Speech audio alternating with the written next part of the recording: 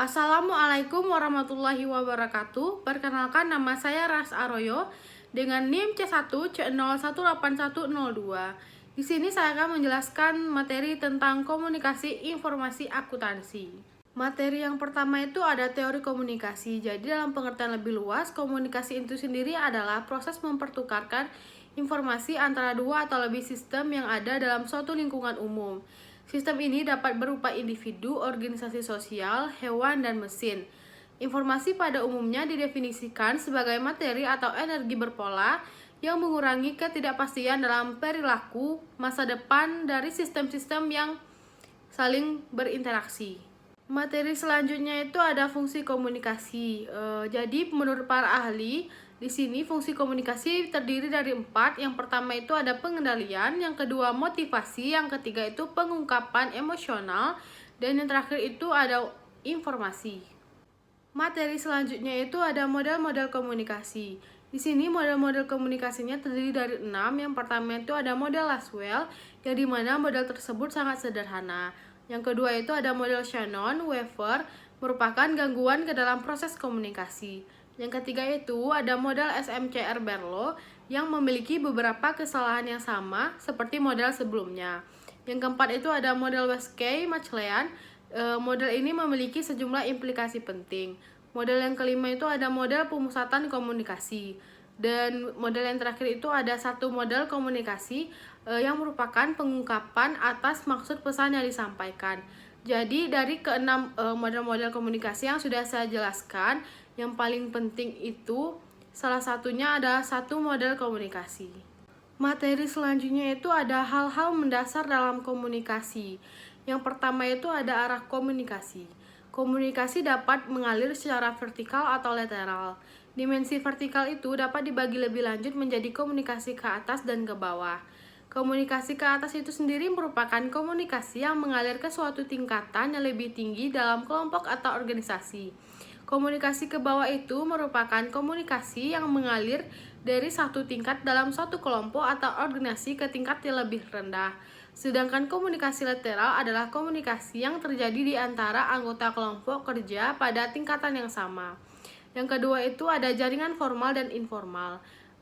Jaringan formal pada umumnya vertikal, mengikuti tingkatan wewenang dan terbatas pada komunikasi yang bertalian dengan tugas.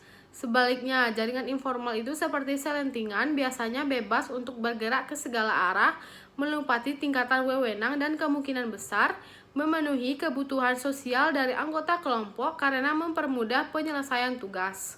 Yang selanjutnya itu ada komunikasi nonverbal, di mana setiap orang yang pernah mengunjungi bar atau klub malam menyadari bahwa komunikasi tidak harus bersifat verbal untuk menghantarkan suatu pesan. Yang selanjutnya itu ada penghalang komunikasi yang efektif, di mana di sini terdapat beberapa penghalang utama terhadap komunikasi efektif yang perlu disadari, yaitu penyaringan, persepsi selektif, defensif, dan bahasa. Materi selanjutnya itu ada variabel-variabel yang berpengaruh pada komunikasi akuntansi. Di mana di sini yang pertama itu terdapat sumber. Jadi ada dua aspek sumber yang dapat mempengaruhi proses komunikasi. Dua aspek tersebut adalah kredibilitas sumber dan kesamaan antara penerima dan sumber.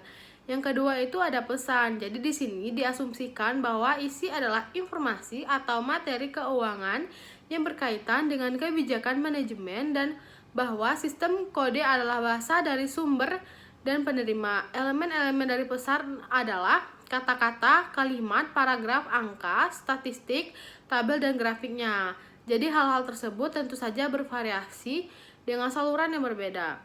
Yang selanjutnya itu ada organisasi pesan, di mana cara terbaik untuk mengorganisasikan suatu pesan bergantung pada budaya tempat informasi tersebut digunakan.